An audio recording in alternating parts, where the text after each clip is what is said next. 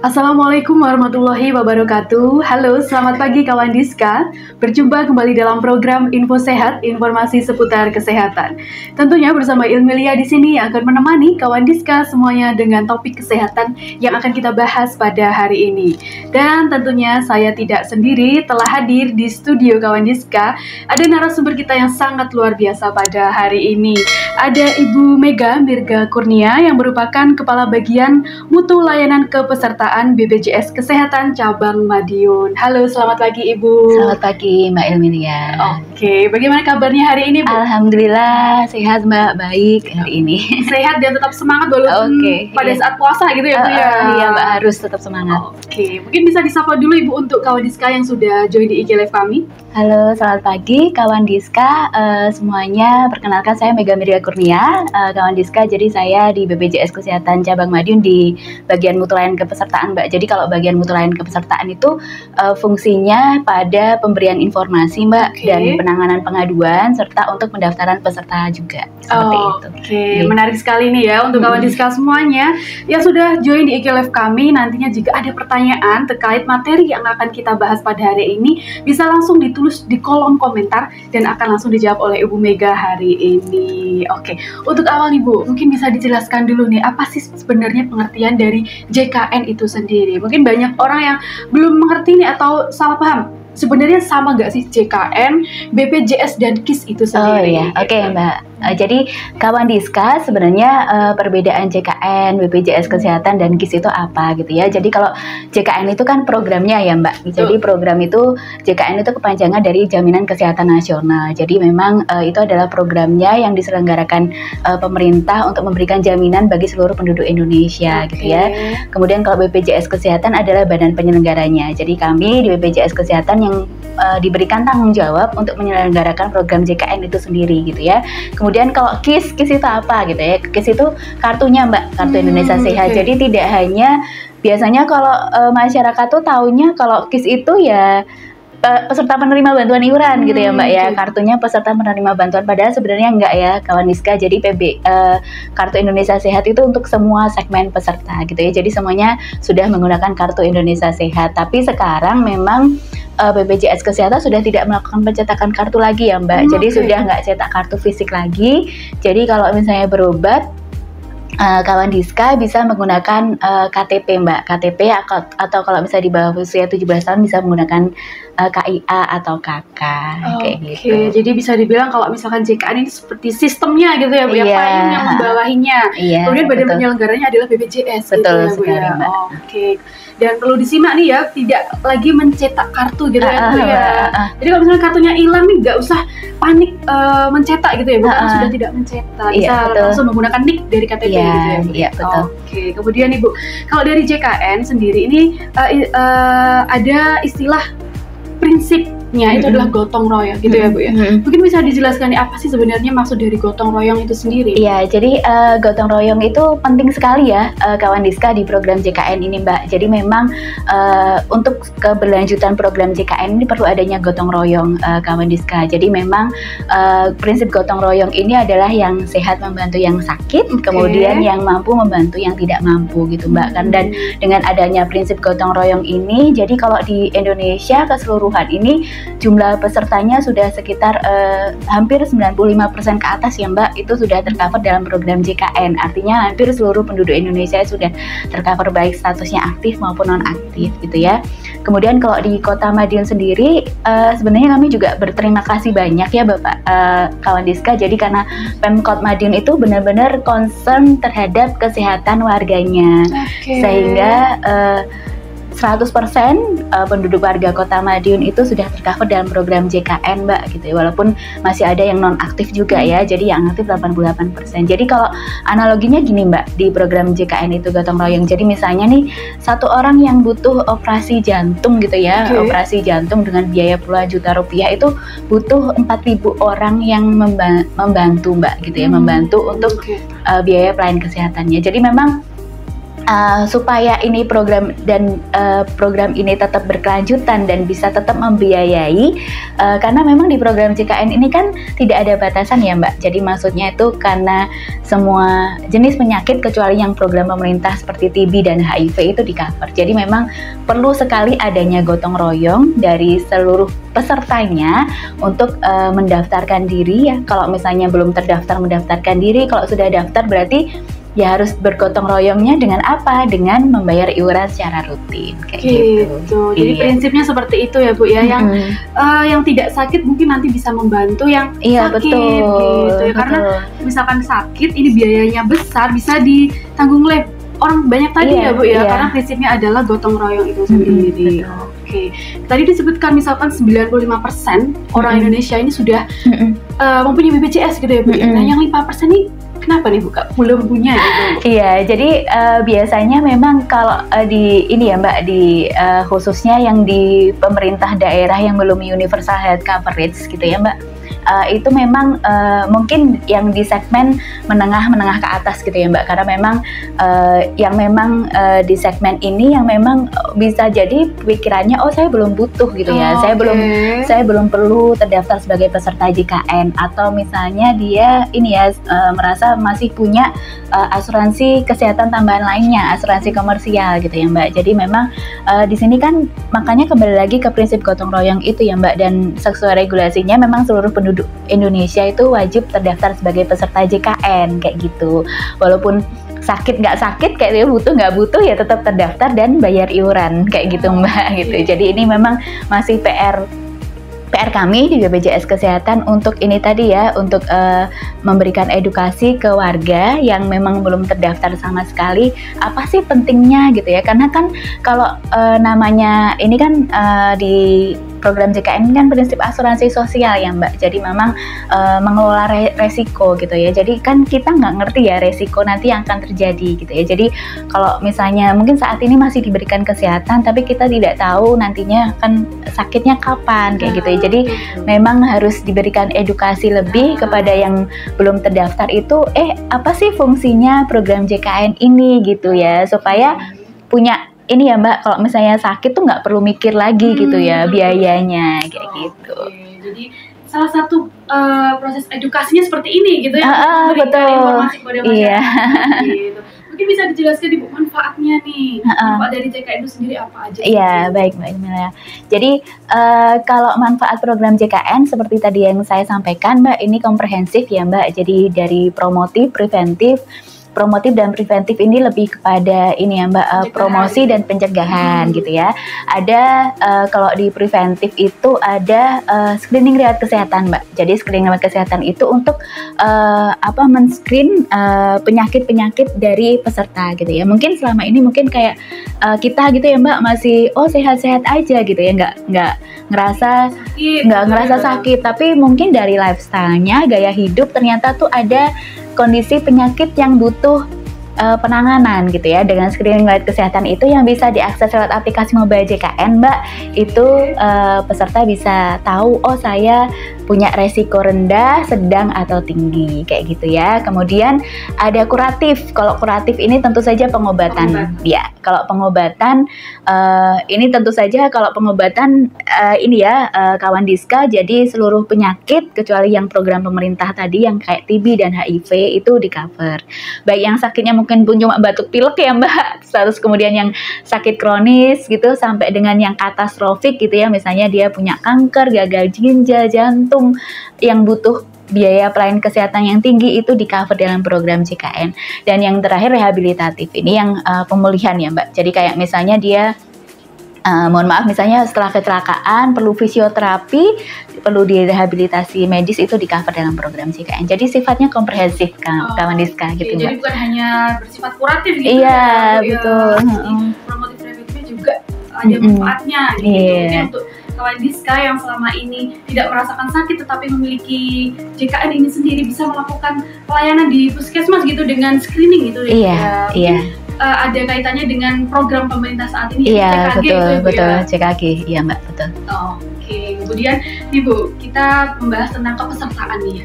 Kepesertaan ini kan tadi disebutkan bahwa semua penduduk di Indonesia ini wajib memiliki JKN itu sendiri. Lalu untuk segmentasi peserta sendiri seperti apa? Iya, baik kawan Diska. Jadi Mbak, kami jelaskan bahwa untuk segmentasi kepesertaan itu dibagi 2 segmen besar ya Mbak.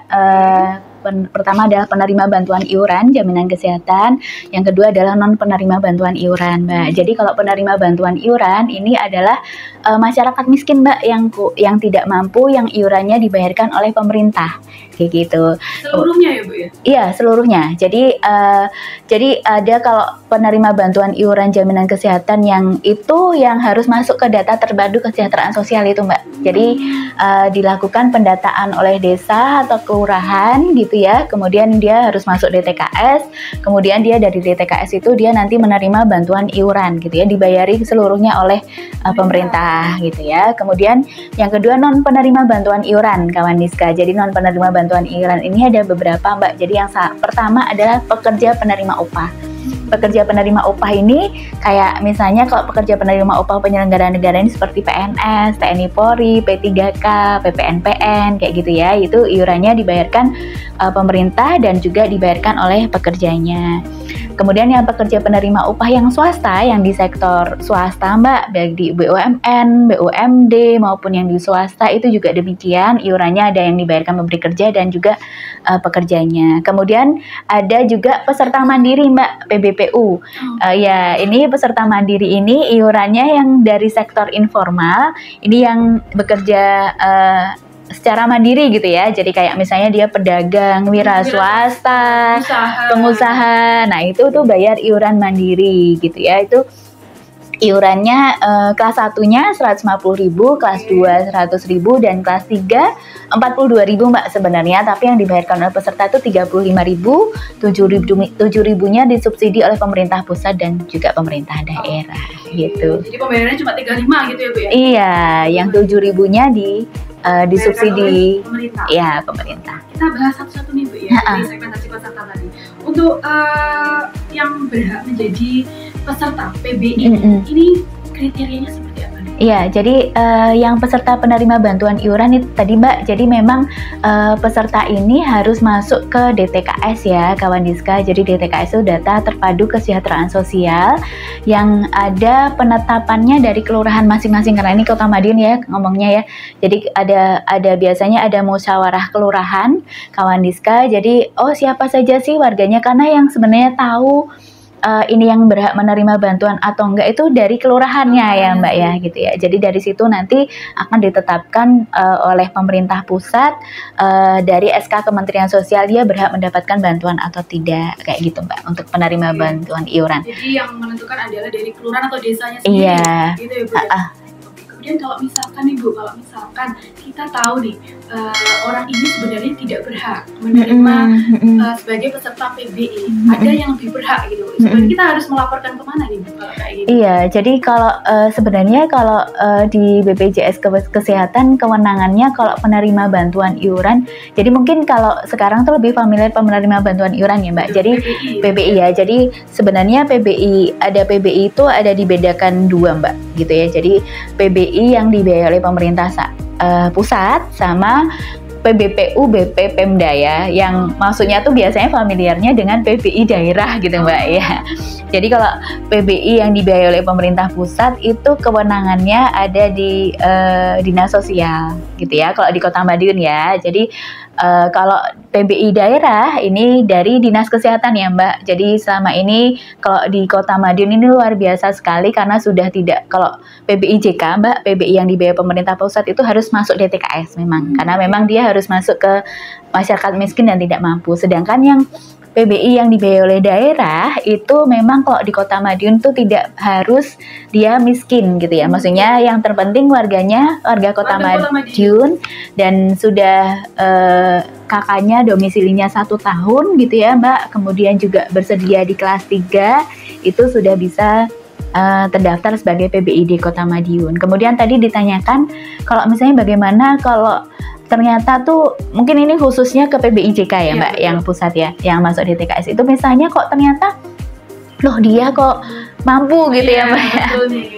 Iya, biasanya sih kalau misalnya ada yang seperti itu kami kembalikan ke kelurahannya, Mbak. Karena memang BPJS Kesehatan tidak punya kewenangan untuk menentukan ini itu berhak atau nggak berhak gitu ya. Karena kami kewenangannya hanya menerima data, baik yang pusat maupun yang daerah.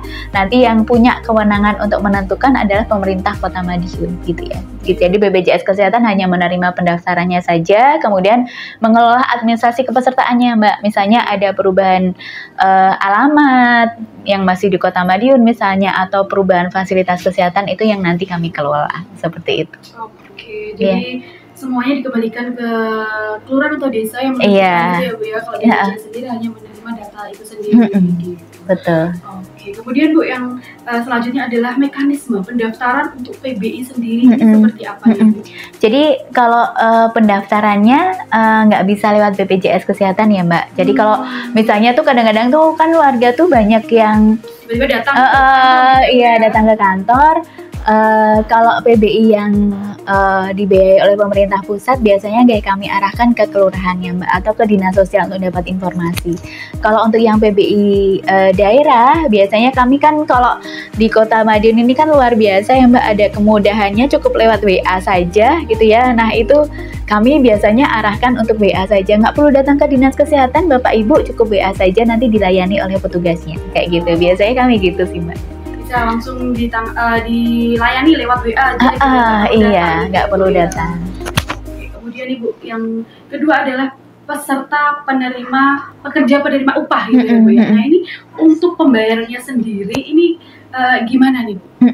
Jadi kalau pekerja penerima upah itu sebenarnya untuk iurannya itu totalnya 5% ya Mbak, baik yang penyelenggara negara maupun non penyelenggara negara atau swasta. Jadi kalau penerima bantuan iuran itu kan jelas yang biayai iurannya adalah pemerintah pusat atau daerah. Kalau yang pekerja penerima upah itu ada perhitungan iurannya.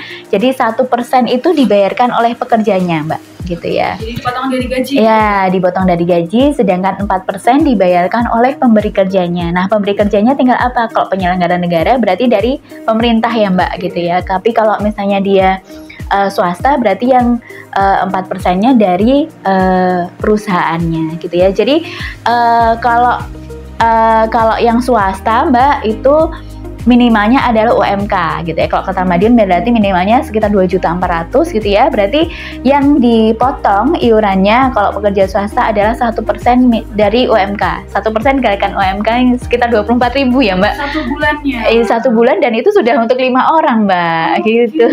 Jadi bisa ini ya Bu ya, anggota keluarga yang lain bisa ikut ya, jadi kalau pekerja penerima upah itu maksimal 5 orang Mbak. Jadi yang pekerjanya suami atau istri dan 3 orang anak. Jadi kalau misalnya iurannya yang swasta nih ya 1% dikalikan minimalnya UMK. Misalnya katakanlah UMK-nya 2.400.000, 24.000 itu sudah untuk 5 orang Mbak gitu. Jadi memang iurannya terjangkau sekali karena yang 4%-nya dibiayai oleh pemberi kerja Mbak. Kalau yang swasta kayak perusahaan. Kalau yang kayak contohnya PNS, TNI Polri, kalau contohnya PNS saja ya Mbak ya sama juga. Jadi kayak PNS itu dari take home pay, kawan diska ya, kok saya warga diska. Kawan diska. Jadi kalau yang PNS itu dari take home pay-nya Mbak. Jadi dari gaji pokok, tunjangan keluarga, kemudian ada tunjangan tetap. Misalnya nih misalnya iurannya nih 1% misalnya dari THP-nya, take home pay-nya 5 juta, berarti 1% dikalikan 5 juta, 50.000 ya sudah untuk 5 orang. Kayak gitu. Kemudian kalau yang PNS ini ya Mbak, golongan 1 dan 2 hanya kelas 2, golongan 3 dan 4 hanya di kelas 1 kayak gitu. Oke, berarti disesuaikan dengan golongan gitu. Iya, jadi kalau tadi saya lupa ya Mbak, kalau penerima bantuan iuran kan haknya kelas 3 ya, kalau rawat inap kawan diska. Tapi kalau pekerja penerima upah tidak ada yang haknya kelas 3. Jadi minimalnya kelas 2. Berbicara dengan tentang kelas nih Bu ya mungkin ya. Apakah kelas ini menentukan nantinya manfaat yang akan diperoleh gitu Pak? Apakah beda gitu Bu? Jadi sebenarnya kawan diska sebenarnya kalau kelas perawatan itu hanya ketika dirawat inap ya Mbak gitu ya. Jadi kalau manfaat medis kan nggak boleh dibedakan ya. Jadi mulai dari penanganan dari dokternya, tindakan misalnya atau pemberian obat, kemudian misalnya diperlukan pelayanan yang lain misalnya operasi, itu kan nggak boleh dibedakan untuk manfaat medisnya. Yang dibedakan hanya ketika rawat inap saja Mbak gitu ya. Jadi dia peserta penerima bantuan iuran, berarti kalau rawat inap di rumah sakit hanya kelas 3 dan nggak bisa naik kelas Mbak gitu. Jadi kalau misalnya peserta penerima bantuan iuran hanya kelas 3, dia ya kelas 3 gitu. Jadi naik ke kelas 2 atau kelas 1, kalau misalnya naik kelas 2 atau kelas 1 berarti dia jadi pasien umum kayak gitu. Dan kalau misalnya yang pekerja penerima upah ya berarti sesuai gajinya kalau yang swasta atau sesuai golongannya kalau yang PNS dan TNI Polri kayak gitu. Kalau misalkan yang tadinya kelas 2 ingin naik kelas 1 bisa tak? Bisa. Jadi kalau ini untuk yang mandiri ya Mbak mungkin ya. Kalau yang peserta mandiri kan itu tadi ya kawan Diska, jadi tergantung kelas 1, kelas 2 atau kelas 3 yang dipilih. Jadi kalau sama juga Mbak, kalau peserta mandiri yang pilih hak kelas 3 itu nggak bisa naik kelas juga kawan Diska. Jadi kalau kelas 3 ya kelas 3 gitu ya. Kemudian kalau misalnya peserta mandiri misalnya, dulu saya kelas 2 gitu ya, mau naik ke kelas 1 bisa nggak? Bisa. Nanti setelah 1 tahun terdaftar di kelas sebelumnya gitu Mbak. Oke, dulu 1 tahun berarti. Iya, seperti itu. Jadi kelas ini tidak membedakan fasilitas yang diberikan gitu ya, bermanfaat yang nantinya akan diperoleh gitu. Jadi tidak dibedakan gitu ya. Kalau ada yang bilang kalau misalkan kelas 3 ini nantinya dapatnya beda sama yang kelas VIP gitu. Beda, enggak gitu ya Bu ya maksudnya. Jadi manfaat yang diperoleh tetap sama. Yang dibedakan adalah kamarnya gitu ya Bu? Iya, ketika rawat inap saja. Oke gitu.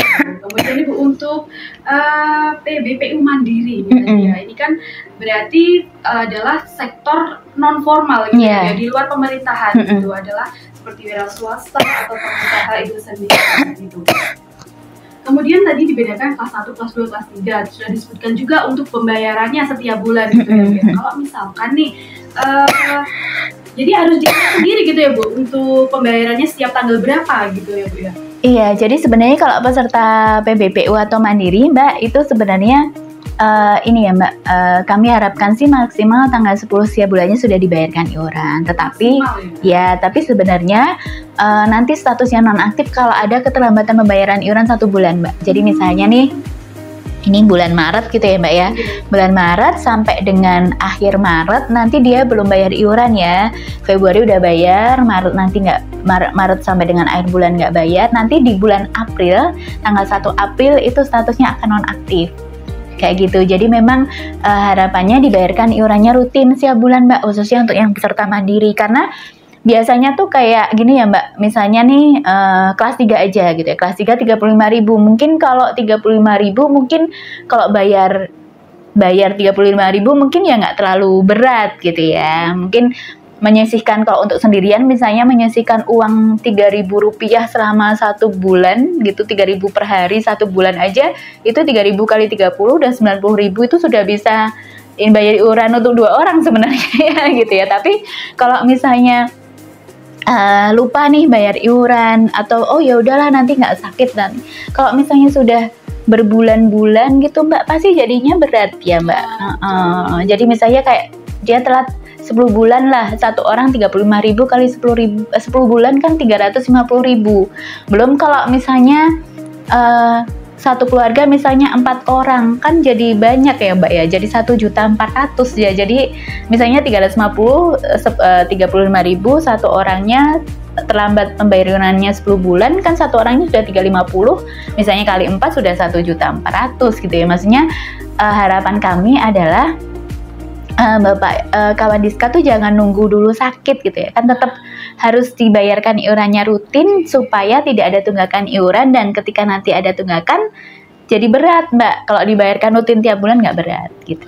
Jadi kesadaran diri sendiri ini untuk membayar gitu ya Mbak. Jadi jangan nunggu dulu. Kalau misalkan mungkin ada sebagian orang gitu ya Bu ya, kalau misalkan nantilah bayarnya kalau nunggu dulu sehat aja kok gitu ya Bu. Atau pas sakit baru bayar Mbak. Pas sakit karena musibah gitu ya baru diaktifkan kembali gitu ya BPJS-nya. Iya. Yang salah seperti itu. Harus rutin dibayarkan.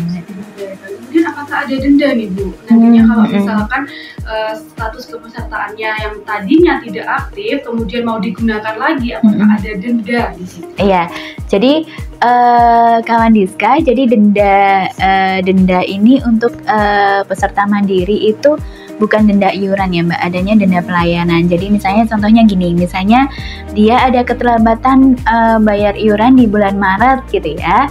Kemudian di tanggal 1 April statusnya nonaktif gitu ya. Kemudian di tanggal 4 April ini yang bersangkutan butuh rawat inap gitu Mbak, dibayarkan iuran 4 April, statusnya akan aktif ya.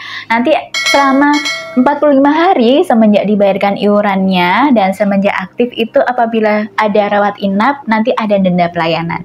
Denda pelayanannya itu adalah 5% dikalikan jumlah bulan tertunggak dikalikan diagnosanya. Jadi denda pelayanan itu akan muncul ketika rawat inap saja kawan Diska. Jadi kalau misalnya rawat jalan, misalnya di puskesmas atau cuma rawat jalan di rumah sakit itu nggak kena denda. Nah tapi kalau rawat inap di rumah sakit itu nanti akan kena denda. Dendanya itu tergantung jumlah bulan tertunggak dan dia dapat pelayanan kesehatan apa Mbak gitu. Jadi tergantung misalnya yang dia dendanya yang tunggakannya 1 bulan sama yang 12 bulan beda. Penyakitnya misalnya diagnosa A dengan diagnosa B, misalnya diagnosanya tifoid gitu ya, tifus, kemudian sama yang jantung, pasti nanti dendanya beda karena tergantung diagnosanya juga gitu. Makanya harus iurannya dibayar rutin gitu. Biar tidak merasa berat juga. Iya gitu. Betul. Kan pasti berat untuk membayarnya. Gitu. Jadi setiap bulan sisihkan uangnya gitu ya untuk kawan Diska semuanya karena JKN ini sudah menjadi kebutuhan wajib gitu. Iya, jadi kebutuhan ya Mbak. Karena sakit juga nggak tahu kapan akan datang gitu. Sakit gitu. Iya. Tapi kalau misalkan sakit sudah ada. Iya, kita sudah punya jaminan kesehatan. Betul. Kemudian Ibu untuk alur pelayanan kesehatan menggunakan JKN ini sendiri seperti apa sih sebenarnya? Ya, jadi kalau untuk alurnya tentu saja kawan Diska harus sesuai regulasinya ya Mbak. Jadi maksudnya memang ketika sakit pertama kali bukan kasus gawat darurat gitu, memang harus ke fasilitas kesehatan tingkat pertama yang terdaftar. Jadi peserta itu bisa milih di puskesmas, dokter keluarga atau klinik gitu ya. Jadi kalau misalnya sakit kawan Diska boleh ke puskesmas, dokter keluarga atau klinik kalau misalnya bukan kasus gawat darurat. Nah dari situ nanti akan diperiksa oleh dokternya, dianamnesa gitu kan, diagnosanya apa gitu ya. Untuk kemudian kalau misalnya memang butuh pelayanan medis nanti bisa dirujuk ke rumah sakit gitu ya. Nanti ketika di rumah sakit pun juga demikian Mbak, ketika rawat jalan ternyata butuh rawat inap gitu ya. Nah itu juga bisa ya, maksudnya dirawat inap. Dan kecuali kalau kasusnya gawat darurat. Ini juga mungkin yang masih banyak muncul pertanyaan di warga ya Mbak, di masyarakat, bahwa apa sih kriteria emergensi itu gitu ya. Karena kadang-kadang tuh kayak kita sebagai orang awam gitu ya, mungkin bukan orang medis tuh kayak ketika panas aja, mungkin punya anak gitu ya, anaknya panas gitu terus dia langsung karena gupuh gitu ya Mbak, terus kemudian dibawa ke rumah sakit, ke UGD. Setelah dari hasil pemeriksaan dokter ternyata dia bukan masuk kriteria gawat darurat. Nah itu memang yang sesuai peraturan Menteri Kesehatannya memang tidak bisa di cover ya dalam program JKN regulasinya, karena memang kriteria emergensi itu gawat darurat itu kalau gawat dan darurat. Jadi gawat dan darurat gitu ya Mbak ya. Jadi kayak memang kalau misalnya tidak ditangani secara langsung bisa menyebabkan kematian dan kecacatan gitu ya. Jadi kadang-kadang tuh kita tuh sebagai orang awam ini harus segera ditangani gitu ya. Sebenarnya ketika sampai di rumah sakit oleh dokter penanggung jawab pasien di UGD itu ternyata diagnosanya bukan gawat darurat, dan itu memang yang tidak dijamin ya. Jadi memang yang bisa di cover di rumah sakit langsung tanpa rujukan hanya untuk kriteria gawat darurat gitu Mbak. Jadi kalau misalkan sakitnya mungkin panas atau bahkan bisa ke puskesmas gitu. Iya, ke puskesmas, dokter keluarga atau klinik. Jadi boleh milih Mbak peserta di puskesmas, dokter keluarga atau klinik gitu ya. Jadi kalau misalnya pindah fasilitas kesehatan itu bisa lewat aplikasi mobile JKN juga Mbak. Jadi harus datang ke kantor nggak perlu datang. Jadi nanti bisa 3 bulan. Kalau misalnya sudah terdaftar di FKTP yang lama, bisa pindah Vaskes ke FKTP yang baru. Jadi misalnya nih kawan Diska mungkin ngerasa, oh saya kok nggak cocok ya di FKTP ini, kemudian saya mau pindah gitu, boleh Mbak kalau misalnya sudah 3 bulan gitu.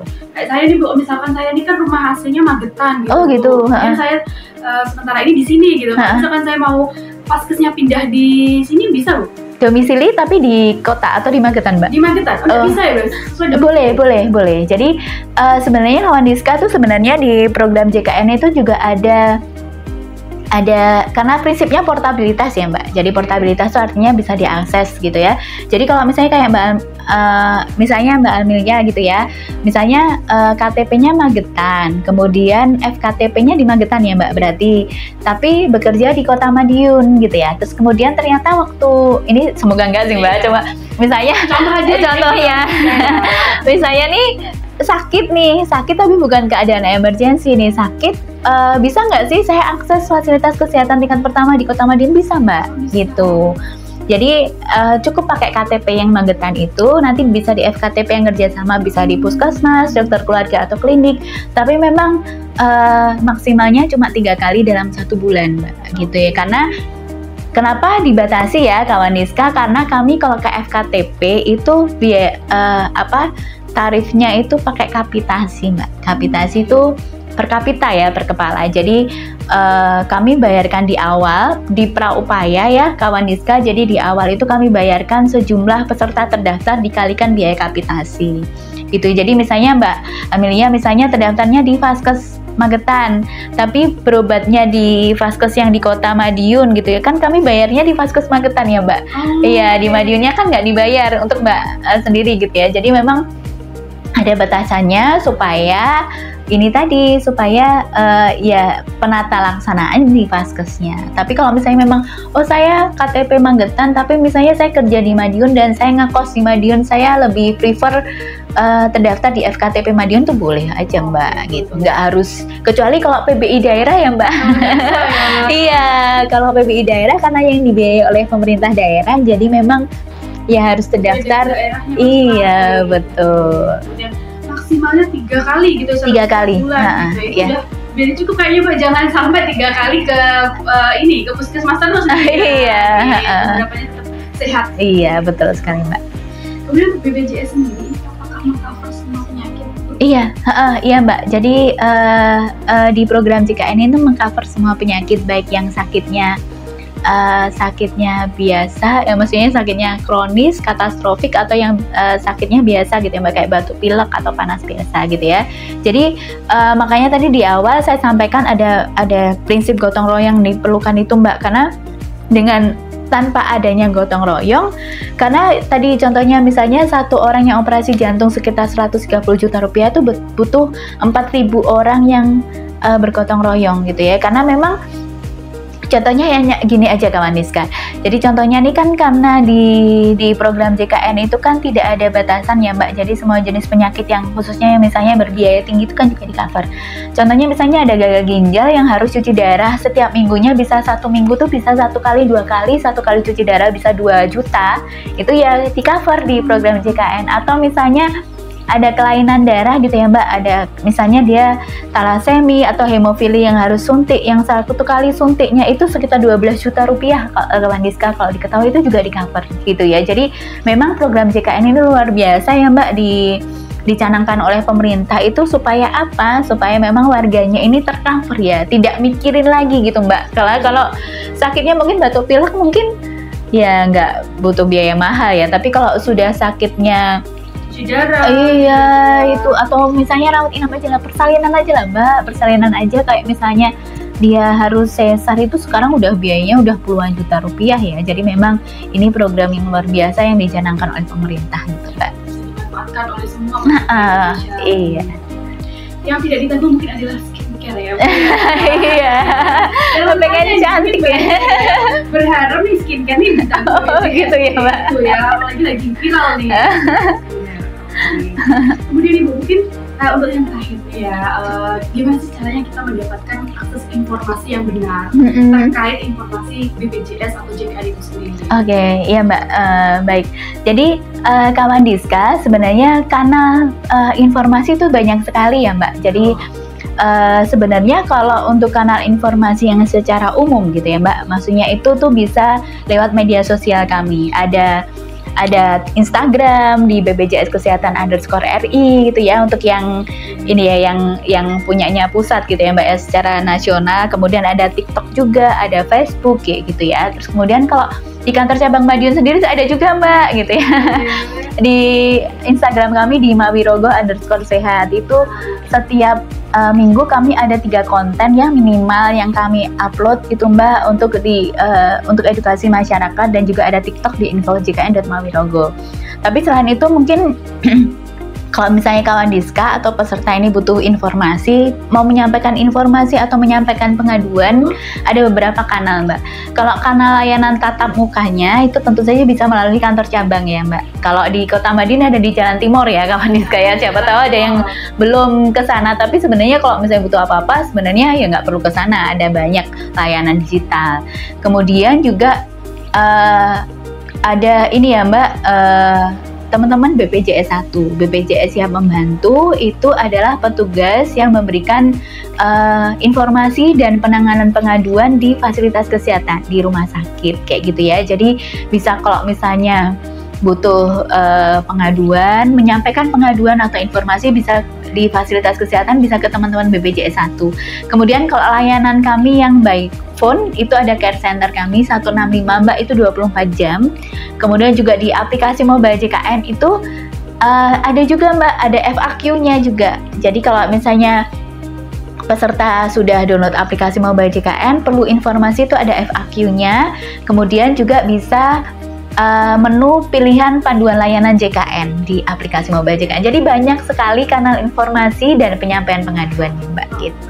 Banyak sekali ini yang disampaikan ya, gitu ya. Jadi jangan termakan hoax atau informasi-informasi yang kurang benar. Iya, betul Mbak. Misalkan ada keluhan atau ada yang mau disampaikan, bisa datang langsung ke kantor cabang atau bisa melalui tadi call center juga. Iya, care center 165, bisa lewat aplikasi mobile JKN, dan juga lewat Pandawa juga bisa Mbak, chat WA Pandawa di 0811 8165 165. Oke, mantap sekali. Nanti bisa dicatat nih di caption iya. Kalau diskusinya bisa. Betul. Terima kasih Ibu untuk waktunya dan kesempatannya hadir di hari ini. Banyak sekali informasi mungkin yang bisa diperoleh oleh kawan Diska semuanya. Mungkin lain kali kita bisa ngobrol lebih dalam lagi nih Bu ya. Siap Mbak. Untuk kawan Diska semuanya, terima kasih telah bergabung bersama kami hari ini. Jangan lupa untuk subscribe channel YouTube kami di Kawan Diska 5145. Ilmilia pamit undur diri. Assalamualaikum warahmatullahi wabarakatuh.